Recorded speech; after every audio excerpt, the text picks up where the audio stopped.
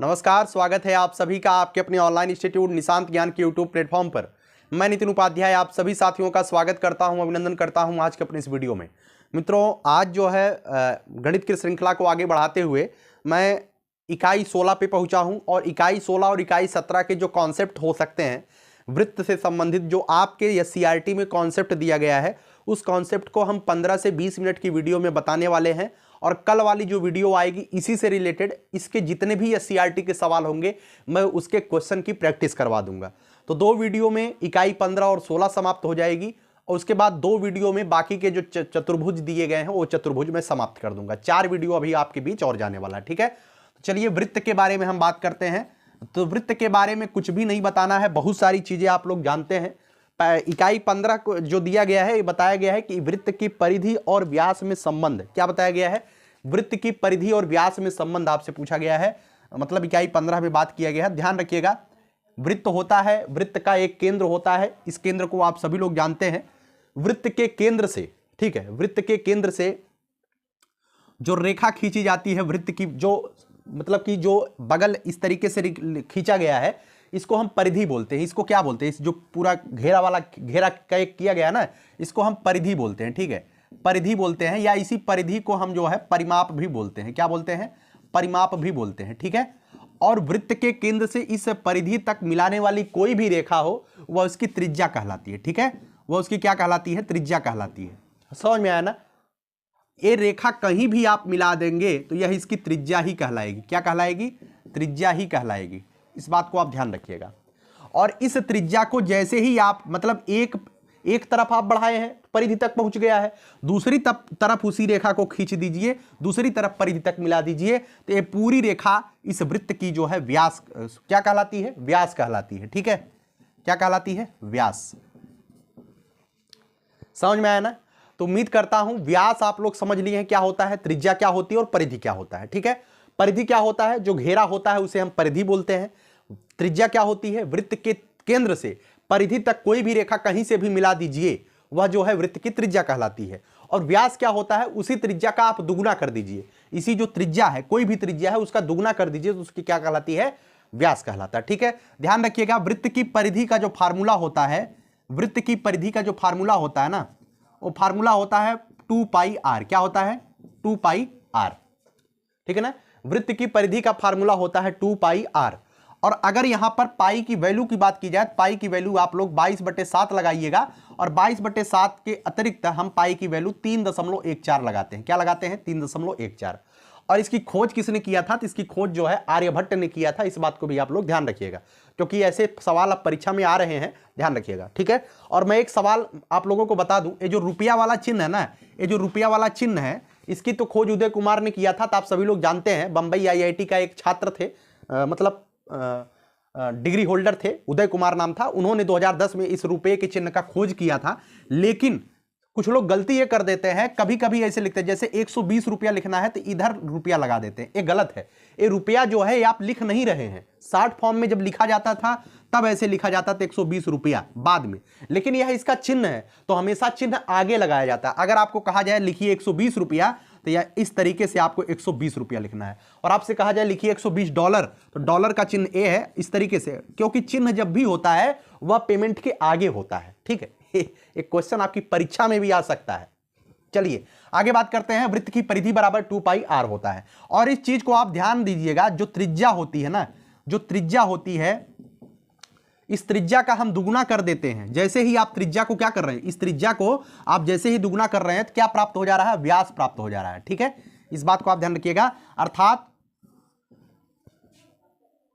त्रिज्या बराबर, अगर आपसे त्रिज्या मतलब व्यास, इसमें से आप सभी लोग जानते हैं क्या ही बोला जाए। अगर त्रिज्या व्यास दिया रहे और आपसे त्रिज्या पूछा जाए तो व्यास का आधा कर दीजिएगा, और अगर त्रिज्या दिया रहे और आपसे व्यास पूछा रहे तो त्रिज्या का दुगुना कर दीजिएगा, ठीक है। तो उम्मीद करता हूं इतना समझ गए हैं। और एक चीज समझिएगा, जो अगला चैप्टर आपसे पूछा गया है, अगला जो इकाई 17 दिया गया है ना, इकाई 17 में वृत्त का क्षेत्रफल दिया गया है, ठीक है। इस वृत्त के क्षेत्रफल का मात्र यही एक फार्मूला यूज होगा। वो क्या होगा? वृत्त का क्षेत्रफल बराबर होता है पाई आर स्क्वायर। क्या होता है? पाई आर स्क्वायर। अब आपको ये 3 फार्मूले याद रखने हैं। कौन कौन सा फार्मूला? एक फार्मूला है वृत्त की परिधि, वृत्त की परिधि या वृत्त का परिमाप ये होता है 2 पाई आर। और अगर यहीं पर कहा जाए कि वृत्त की त्रिज्या और व्यास में संबंध क्या होता है, तो 2 गुणे त्रिज्या बराबर व्यास होता है, ठीक है ना। उसके बाद वृत्त का क्षेत्रफल बराबर क्या होता है, पाई आर स्क्वायर होता है, ठीक है। अब इससे संबंधित जो फैक्चुअल क्वेश्चन बन सकते हैं उस क्वेश्चन को मैं आप तक करवा देता हूं, जिससे आप समझ जाए। ये वृत्त की परिधि और व्यास से संबंधित एक ही टाइप का क्वेश्चन आपकी परीक्षा में आएगा, मात्र एक टाइप का। वह क्वेश्चन है साइकिल का चक्का वाला, ठीक है। बस वही क्वेश्चन आपसे पूछा जाएगा, वो क्वेश्चन मैं आपको अच्छे से समझा देता हूं, 100% ये चैप्टर खत्म हो जाता है, ठीक है। आपको इधर उधर एक लड़का हमसे कह रहा था, मैंने साहित्य पब्लिकेशन का जो है अनसाल्व्ड खरीदा है और उसके मैं क्वेश्चन कर रहा हूं, तो क्वेश्चन उसके बहुत हाई लेवल के हैं। आपने जो ट्रिग्नोमेट्री पढ़ाया है वो हमारे सर के ऊपर से निकल रहा है, सर मैं क्या करूं, ठीक है। तो देखिए भैया, मैं जितने भी चीजें आपको दे रहा हूं बिल्कुल यही चीजें आप बार बार रिवाइज करिए, यही पढ़िए, और 6 से 7 प्रैक्टिस सेट में आपको देने वाला हूं आपकी परीक्षा से पहले। वो परीक्षा से पहले जो मैं दूंगा वही कर लेना। अगर उसमें आप बेहतर कर पा रहे हैं, समझ लीजिएगा आप गणित बेहतर कर पा रहे हैं। कुछ लोग कहते हैं सर मुझको प्रायिकता नहीं आ रही, यार प्रायिकता छोड़ ही दो, एक क्वेश्चन आने वाला प्रायिकता का और प्रायिकता लेके आप लोग बैठे हो, प्रायिकता छोड़ ही दो और सभी चैप्टर मजबूत कर लो, पास हो जाओ। आपको ज्ञाता नहीं बनना है, किसी भी परीक्षा में आपको ज्ञाता नहीं बनना होता है, आपको दिमाग लगा के सिलेबस को इस तरीके से कवर करना पड़ता है जिससे आप परीक्षा को बेहतरीन स्कोर कर पाए और एक जॉब ले लें। जब हमारी बात होगी कि हम जो है इस विषय पर, इस सब्जेक्ट पर खोज करनी हमको, तब वहां पे डिटेल अध्ययन की जरूरत होती है, यहां स्मार्टनेस की जरूरत होती है, इस बात को ध्यान रखिएगा। चलिए भाई, सवाल मैं आपको करा देता हूं। एक सवाल आपके बीच दिया गया है, एक पहिए का व्यास 70 सेंटीमीटर है। एक क्वेश्चन है, एक पहिए का व्यास, एक पहिए का व्यास 70 सेंटीमीटर है। क्या है, 70 सेंटीमीटर है। उसके द्वारा एक चक्कर में चली गई दूरी बताइए, चली गई दूरी क्या होगी। एक क्वेश्चन आपकी परीक्षा में आ सकता है और ऐसे ही क्वेश्चन आपकी परीक्षा में आएगा, ठीक है। एक पहिए का व्यास, आप बताइए जो पहिया होता है वो कैसा होता है। आपको पता होगा जो पहिया होता है, साइकिल का पहिया हो चाहे जिसका पहिया कैसा होता है, वृत्ताकार होता है। और अगर पहिए का व्यास दिया गया है, क्या दिया गया है, पहिए का व्यास दिया गया है। अच्छा एक चीज बताइए, आप पहिए का व्यास दिया गया है तो आप पहिए का त्रिज्या निकाल सकते कि नहीं। और आप पहिए का जो व्यास दिया गया है, पहिया किस आकार का है, वृत्त के आकार का है। अगर व्यास दिया गया है तो वृत्त की त्रिज्या क्या होती है, वृत्त की त्रिज्या या पहिए की त्रिज्या क्या हो जाएगी, पहिए की त्रिज्या क्या हो जाएगी, व्यास का आधा जो है उसकी त्रिज्या होती है। व्यास का आधा मतलब 70/2 मतलब 35 सेंटीमीटर इसकी क्या हो जाएगी, 35 सेंटीमीटर इसकी क्या हो जाएगी, त्रिज्या हो जाएगी। इस बात को समझिएगा। अब बताइए, जैसे एक पहिया है, ठीक है, एक पहिया है और मैं इसे कह दूं आप एक चक्कर इसे घुमा दीजिए। क्या कर दीजिए, एक चक्कर इसको घुमा दीजिए। जब एक चक्कर आप घुमाएंगे इस तरीके से तो कितनी दूरी तय करेगी, ये जो दूरी तय करेगी मित्रों, ये जो दूरी तय करेगी ना, ये जो दूरी तय करेगी एक चक्कर में कितनी दूरी तय करेगी, इसका जितना परिधि है, ध्यान से सुनिएगा, ये जितना इसका परिमाप है, ये परिमाप के बराबर ही दूरी तय करेगी। एक ठीक पहिया ले लीजिए, ठीक है, एक ठीक पहिया ले लीजिए और पहिया को ऐसे घुमा दीजिए। अगर एक चक्कर आप घुमाएंगे उसकी जितनी परिधि होगी उसके बराबर ही वह दूरी तय करने वाली है। समझ रहे हो कि नहीं, फैक्ट समझने का प्रयास करिएगा। उसकी दूरी कितनी होगी एक चक्कर में, एक चक्कर में पहिया मात्र उतनी ही दूरी तय करेगा जितना उसका परिधि है या जितना उसका परिमाप है, ठीक है। तो एक चक्कर में चली गई दूरी कितनी होगी, एक चक्कर में चली गई दूरी, एक चक्कर में चली गई दूरी में दूरी पहिए की परिधि के बराबर होगा।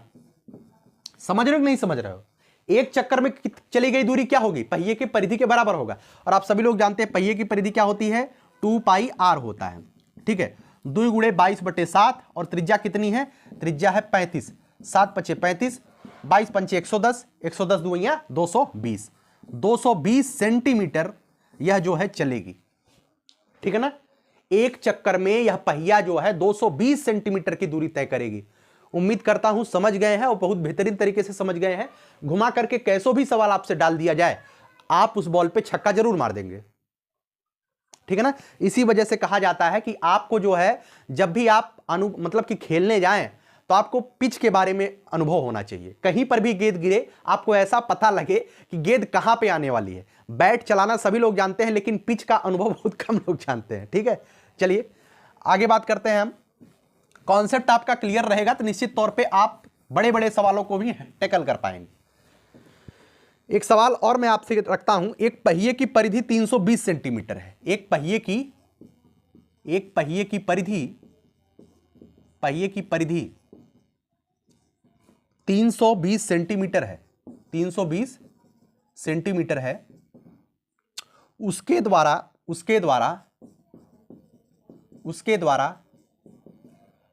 5 चक्कर में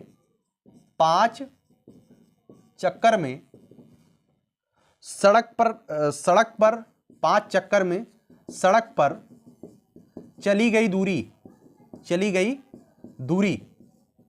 क्या होगी, यही आपको बताना है। आपसे कहा गया है एक पहिए की परिधि 320 सेंटीमीटर है। अब इसमें डायरेक्ट परिधि ही दे दिया गया है। अब आप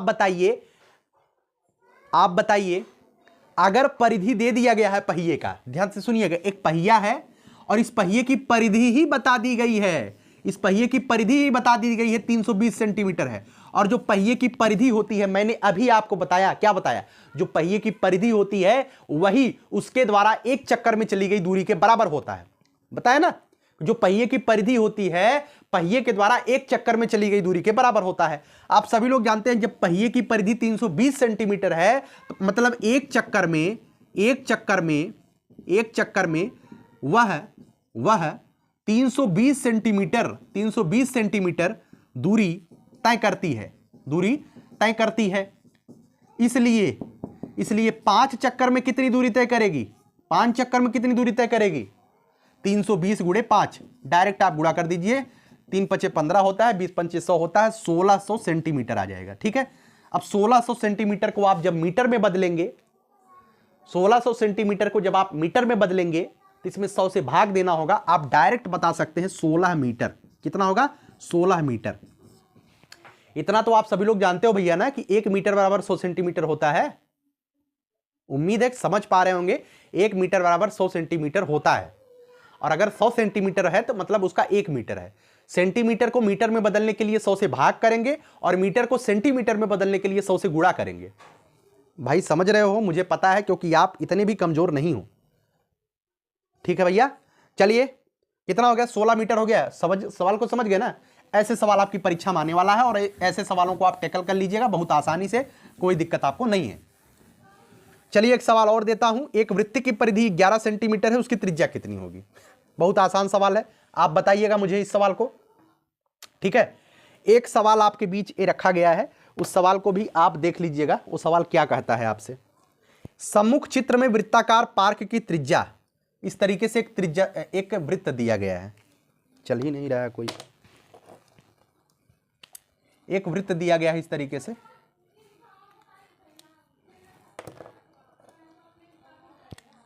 एक चित्र दिया गया है इस तरीके से, ध्यान से सुनिएगा। एक चित्र दिया गया है, वृत्ताकार है। ठीक है, ये पार्क है। क्या है? पार्क है। क्या है? पार्क है। और उसके बाद कहा गया है इस पार्क की त्रिज्या 10 मीटर है। इस पार्क की जो त्रिज्या है यह 10 मीटर है। क्या है? 10 मीटर इसकी त्रिज्या है। उसके बाद कहा गया है इसके बाहर 2 मीटर चौड़ा रास्ता है। ये जो रास्ता है ये जो है 2 मीटर चौड़ा है। कितना है मैं दिखा देता हूं आपको। 2 मीटर चौड़ा रास्ता है। इस रास्ते की जो चौड़ाई है, इस रास्ते की चौड़ाई यह जो है मात्र 2 मीटर है। ठीक है, उसके बाद कहा है इस वृत्ताकार मार्ग का बाहरी परिमाप ज्ञात कीजिए। आपसे जानते हैं क्या कहा गया है? ये जो वृत्ताकार मार्ग दिया गया है इसका परिमाप आपको बताना है, अर्थात इसकी परिधि आपको बतानी है। क्या दिक्कत है? आसानी से आप निकाल लीजिएगा। देखिए, जब ये वृत्ताकार जो क्षेत्र मतलब कि जो पार्क है, अंदर वाला जो पार्क है, अंदर वाला पार्क है, बाहर वाला जो है एक रास्ता दिया गया है और इस रास्ते की चौड़ाई जो है 2 मीटर दी गई है। अब बताइए, जब यहां से लेकर के यहां तक की चौड़ाई 10 मीटर है, आपको किसी वृत्त की परिधि ज्ञात करने के लिए आपको क्या आवश्यक होता है? बाहरी वृत्त की, अर्थात जो रास्ता दिया गया है इसका आपसे परिमाप या परिधि पूछा गया है। और आप सभी लोग जानते हैं कि वृत्त की परिधि ज्ञात करने के लिए हमारे पास केवल वृत्त की त्रिज्या होनी चाहिए। अब अंदर वाले वृत्त की त्रिज्या 10 मीटर दी गई है और बाहर वाले वृत्त की त्रिज्या हमको नहीं बताई गई है, लेकिन इतना पता है कि इस रास्ते की चौड़ाई 2 मीटर है। अगर यहां से लेकर के यहां तक ये रास्ता, यहां भी 2 मीटर है, यहां भी 2 मीटर है, यहां भी 2 मीटर है, यहां भी 2 मीटर है, इस रास्ते की चौड़ाई आप कहीं भी नापेंगे तो 2 ही मीटर आपको मिलने वाला है। जब यहां से लेकर के यहां तक 10 मीटर है और यहां से लेकर के यहां तक 2 मीटर है तो मतलब कि पूरा सहित, मतलब इसकी त्रिज्या कितनी हो जाएगी? इसकी त्रिज्या 12 मीटर हो जाएगी, नहीं हो जाएगी? इसकी त्रिज्या 12 मीटर हो जाएगी। और जब इसकी त्रिज्या आपको 12 मीटर मिल गई तो आप सभी लोग जानते हैं वृत्त की परिधि बराबर 2πr, मतलब 2 गुणे 22/7 गुणे r का मतलब 12। ठीक है, उत्तर निकाल लीजिएगा, थोड़ा दशमलव में आएगा, आप निकाल लीजिएगा। ठीक है, एक क्वेश्चन आप जरूर करिएगा, ठीक है ना। चलिए एक क्वेश्चन और आप देख लीजिए। एक वृत्त की त्रिज्या 5.2 सेंटीमीटर है, उसका व्यास की माप बताइए। आप बताइएगा, त्रिज्या दिया गया है, उसका व्यास पूछा गया है। ठीक है, एक वृत्त की त्रिज्या एससीईआरटी का सवाल है, त्रिज्या 5.2 सेंटीमीटर है, तो व्यास बताइए। ठीक है, व्यास क्या होगा आपको बताना है, ठीक है ना। चलिए, वृत्त की परिधि और व्यास से संबंधित इतने ही क्वेश्चन आपकी परीक्षा में बन सकते थे जो मैंने पढ़ा दिया। अब आइए वृत्त के क्षेत्रफल से रिलेटेड मैं थोड़ा सा सवाल बता देता हूं, थोड़ा सा, ठीक है, 1-2 पॉइंट। उसके बाद कल मैं इसके क्वेश्चन 10 क्वेश्चन करा दूंगा। यकीन मानिएगा 10 क्वेश्चन में से एक क्वेश्चन अगर आना होगा तो यहीं से आ जाएगा। ठीक है, और अगर वृत्त के परिधि और व्यास से रिलेटेड क्वेश्चन आना होगा ना, तो जो मैंने अभी चक्का वाला क्वेश्चन कराया, पहिया वाला, वही आएगा और कुछ नहीं आएगा। वृत्त के व्यास और त्रिज्या में संबंध भी आपसे पूछा जा सकता है और पहिया वाला क्वेश्चन भी पूछा जा सकता है। जैसे एक क्वेश्चन है, त्रिज्या 5.2 सेंटीमीटर, व्यास बताइए, इसका दूना कर दीजिएगा। व्यास दिया रहेगा, त्रिज्या पूछा रहेगा, उसका आधा कर दीजिएगा। बस यही क्वेश्चन आपसे इसमें बनने वाला है। ठीक, चलिए वृत्त के क्षेत्रफल से रिलेटेड क्वेश्चन मैं आपसे करवा देता हूं।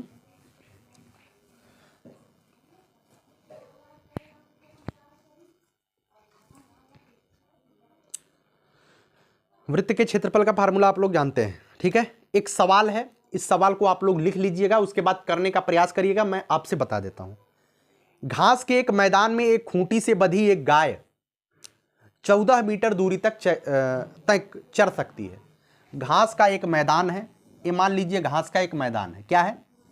आप क्वेश्चन लिखिए, पहले क्वेश्चन लिखिए, उसके बाद करिएगा। घास के एक मैदान में एक खूंटे से, घास के एक मैदान में एक खूंटे से बंधी गाय 14 मीटर दूरी तक चर सकती है। वह कितने क्षेत्रफल पर घास चरती है, आपको यह बताना। चलिए, एक घास का पूरा मैदान है, इस मैदान में यहां पर एक खूंटा गाड़ा गया है। ठीक है, इस खूंटे से एक रस्सी बांधी गई है। ठीक है, रस्सी में गाय बांधी गई है। अब वो गाय क्या करती है? गाय जो है 14 मीटर यहां, 14 मीटर यहां, 14 मीटर इधर, 14 मीटर इधर, 14 मीटर इधर, 14 मीटर इधर चर सकती है। यह गाय 14 मीटर चर रही है। अब ये जो 14 मीटर चर रही है, जब आप इसको मिलाओगे 14 पे, ये क्या बन जाएगा? एक वृत्त ही तो बन जाएगा।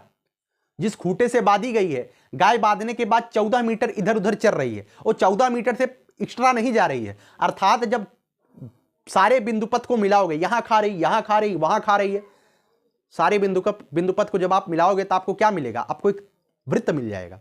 और उस वृत्त की त्रिज्या क्या हो जाएगी? उस वृत्त की त्रिज्या 14 सेंटीमीटर ही हो जाएगी। वृत्त की त्रिज्या कितनी होगी? 14 सेंटीमीटर ही उस वृत्त की त्रिज्या होगी। तो आपसे पूछा गया है कि वह कितने क्षेत्रफल की घास चरती है? गाय 14 मीटर त्रिज्या वाले वृत्तीय क्षेत्रफल की घास चरेगी। इतना आप लिखिएगा कि गाय जो होगी वह 14 मीटर त्रिज्या वाली वृत्तीय क्षेत्रफल की घास चरेगी। तो चरने गाय जितना चरेगी उसका क्षेत्रफल, उस वृत्तीय क्षेत्र का क्षेत्रफल। देखिए, जो आप करते हैं, जो आप समझते हैं, यही आप गलती करते हैं डीएलएड के एग्जाम में। निश्चित तौर पे आराम से हर कोई बच्चा पाई आर स्क्वायर लगा करके उत्तर दे देगा, लेकिन डीएलएड के एग्जाम में आपको लिखना पड़ता है जो आप वहां पे कर रहे हैं। मैंने कहा कि गाय 14 मीटर त्रिज्या वाले वृत्त का वृत्तीय क्षेत्रफल घास चरेगी, लिख दिया। फिर मैंने कहा तो गाय जितना चरेगी उस वृत्तीय क्षेत्र का क्षेत्रफल क्या होगा, पाई आर स्क्वायर होगा। ठीक है, तो पाई का वैल्यू होगा 22/7, आर का वैल्यू मतलब 14 × 14। ठीक है, 14 × 14, 7 दूनी 14, 22 दूनी 44, 44 × 14 आप कर लीजिएगा, यही इसका उत्तर हो जाएगा। ठीक है, कोई दिक्कत आपको नहीं है? कोई दिक्कत? ठीक है, चलिए आगे बात करते हैं। एक क्वेश्चन आपको और मैं देता हूं, एक वृत्त के फर्श का क्षेत्रफल, एक वृत्ताकार फर्श का क्षेत्रफल, लिखिए क्वेश्चन लिखिए, एक वृत्ताकार फर्श का क्षेत्रफल 66 वर्ग मीटर है, फर्श का व्यास बताइए। एक वृत्ताकार फर्श का क्षेत्रफल, एक वृत्ताकार फर्श का क्षेत्रफल 66 वर्ग मीटर है, फर्श का व्यास बताइए। फर्श कैसा है बाबू? फर्श जो है वृत्ताकार है, और इस वृत्ताकार फर्श का क्षेत्रफल दिया गया है, इस वृत्ताकार फर्श का क्षेत्रफल दिया गया है 66 वर्ग मीटर। मैंने हमेशा आपको ध्यान दिलाया है, इस बात को ध्यान रखिएगा, क्षेत्रफल हमेशा वर्ग मीटर में होता है और जो आयतन होता है हमेशा घन मीटर में होता है, ध्यान रखिएगा, नहीं तो आप गच्चा खा जाएंगे, वर्ग मीटर घन मीटर लिख के आएंगे, आपको नंबर काट के 0 कर देगा वो। ठीक है, तो वृत्ताकार फर्श का क्षेत्रफल 66 वर्ग मीटर है, और आप सभी लोग जानते हैं कि वृत्त का क्षेत्रफल क्या होता है, वृत्त का क्षेत्रफल होता है पाई आर स्क्वायर, अर्थात पाई आर स्क्वायर की वैल्यू 66 दिया गया है ना, तो पाई की वैल्यू होती है 22/7 गुणे आर स्क्वायर बराबर 66 दिया गया है। और आप सभी लोग जानते हैं बटे वाली संख्या बराबर की दूसरी ओर किस में जाती है, गुणा में जाती है, तो 22 गुणे आर स्क्वायर बराबर हो जाएगा 66 गुणे 7 हो जाएगा ना, और गुणा वाली संख्या बराबर की दूसरी ओर बटे में जाती है, तो आर स्क्वायर की वैल्यू हो जाएगी 66 गुणे 7 बटे 22, यही हो जाएगा ना। अब देखिए 22 तिहाइयां कितना होता है, 66 होता है, और आर स्क्वायर की वैल्यू हो जाएगी 7 तिहां 21।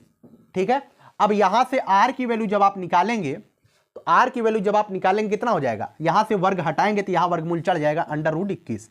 आर की वैल्यू आ गया √21। आपसे क्या पूछा है, आपसे पूछा है तो फर्श का व्यास बताइए।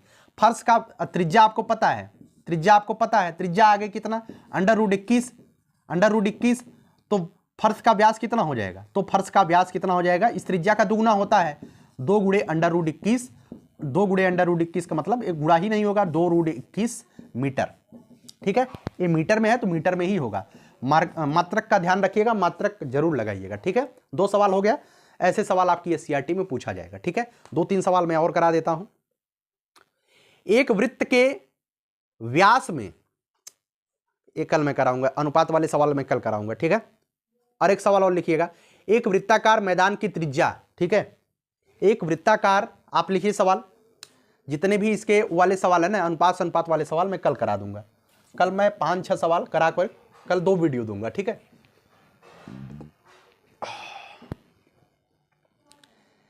एक वृत्ताकार मैदान की त्रिज्या 49 मीटर है। एक वृत्ताकार मैदान है, ठीक है, गलत बन जाता है यार, वृत्त अंडाकार बन जाता है, चलो ठीक है। एक वृत्ताकार मैदान की त्रिज्या 49 मीटर है। कितना है, 49 मीटर है। मैदान के बाहर चारों तरफ 7 मीटर चौड़ी सड़क बनी हुई है। मैदान के बाहर चारों तरफ 7 मीटर चौड़ी, 7 मीटर चौड़ी जो है, गलत बन जा रहा है, समझ लीजिएगा, 7 मीटर चौड़ी सड़क बनी हुई है। ठीक है, मैदान के बाहर चारों ओर जो है 7 मीटर चौड़ी जो है सड़क बनी हुई है। सड़क का क्षेत्रफल आपको बताना है। क्या बताना है, सड़क का आपको क्षेत्रफल बताना है। इस सड़किया को क्षेत्रफल बताना है। इस सड़क का क्षेत्रफल कैसे निकालेंगे, इस बड़का वाला जो वृत्त बन रहा है इसका क्षेत्रफल निकाल लीजिएगा, बड़के वाले वृत्त का क्षेत्रफल निकाल लीजिएगा, उसके बाद इस छोटके वाले क्षेत्र का क्षेत्रफल निकाल लीजिएगा, और उसके बाद बड़के वाले वृत्त के क्षेत्रफल में से छोटके वाले वृत्त के क्षेत्रफल घटा दीजिएगा, इसी रास्ते का क्षेत्रफल आपको मिल जाएगा। अब कुछ लोग कहेंगे भैया बड़के वाले वृत्त का क्षेत्रफल क्या होगा, बड़के वाले वृत्त का क्षेत्रफल देखिए, ये 49 मीटर है ना, ये 49 मीटर है, और ये पूरा ये 7 मीटर है, ये 7 मीटर है, अर्थात बाहरी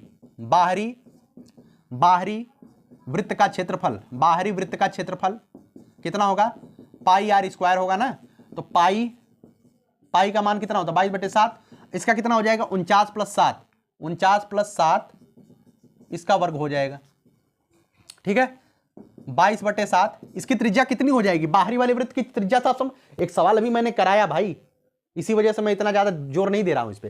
ये 49 है, ये 7 है, बाहरी वाले वृत्त का त्रिज्या 49 7 56 हो जाएगा, 22/7 गुणे 56, ठीक है 56 कर दीजिएगा, 7 8 56, 22 गुणे 8 गुणे 56 कर लीजिएगा, इसका उत्तर आ जाएगा, ठीक है इसका क्षेत्रफल आ जाएगा। अब इसका क्षेत्रफल कितना होगा छोटके वाले का 22/7 अंदर वाले वृत्त का क्षेत्रफल, 22/7 गुणे r स्क्वायर मतलब 49 गुणे 49 कर लीजिएगा, 7 7 49, 22 गुणे 7 गुणे 49। अब इसको निकाल लीजिएगा, इसको गुणा करने पर जो आएगा, इसमें से इसको घटा दीजिएगा, रास्ते का क्षेत्रफल आ जाएगा। सवाल लिख लिए कि नहीं? सवाल यह है कि एक वृत्ताकार मैदान की त्रिज्या 49 मीटर है, मैदान के बाहर चारों ओर 7 सेंटीमीटर चौड़ी सड़क बनी हुई है, सड़क का क्षेत्रफल ज्ञात कीजिए। यही सवाल आपसे पूछा गया है, ठीक है। और एक सवाल और आप लिख लीजिए, चलिए ठीक है, एक सवाल मैं कल कराऊंगा, ठीक। इतना सवाल आपका बहुत है आज के लिए जो मैं 26-27 मिनट का वीडियो हो गया है, इतने सवाल इससे रिलेटेड जितने भी सवाल बन सकते हैं वो सवाल आप कर लीजिएगा, ठीक है। उम्मीद करता हूं आपको वीडियो पसंद आई है तो लाइक जरूर करिएगा और अपने दोस्तों तक इसे शेयर कर दीजिएगा।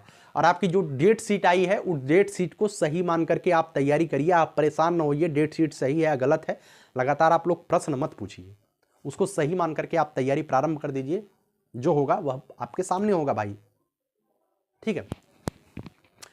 आखिरी लाइन बोल करके वीडियो को समाप्त करूंगा। खमठोक ठेलता है जब नर पर्वत के जाते पांव खड़, मानव जब जोर लगाता है पत्थर पानी बन जाता है। अगर आप लोग मेहनत करेंगे, कुछ बच्चियां कुछ मातृशक्तियां कहती हैं, कुछ बहनें कहती हैं मुझको गणित नहीं आता है, गणित सिखाने की गारंटी मैं लेता हूं, बस आपको मेहनत करनी है, पढ़ाई करनी है, और जितना हो सकता है आप सीरीज से पढ़ सकती हैं उतनी बार सीरीज को रिवाइज करना प्रारंभ कर दीजिए, रिवीजन करते रहिए, ठीक है। चलिए, यही जज्बा रहा तो मुश्किलों का हल भी निकलेगा, जमी बंजर हुई तो क्या वहीं से जल भी निकलेगा, न हो मायूस न घबराई अंधेरे से मेरे साथी, इन्हीं रातों के दामन से सुनहरा कल भी निकलेगा। बहुत बहुत धन्यवाद, आभार वीडियो को देखने के लिए। शेयर जरूर करिएगा वीडियो को अपने दोस्तों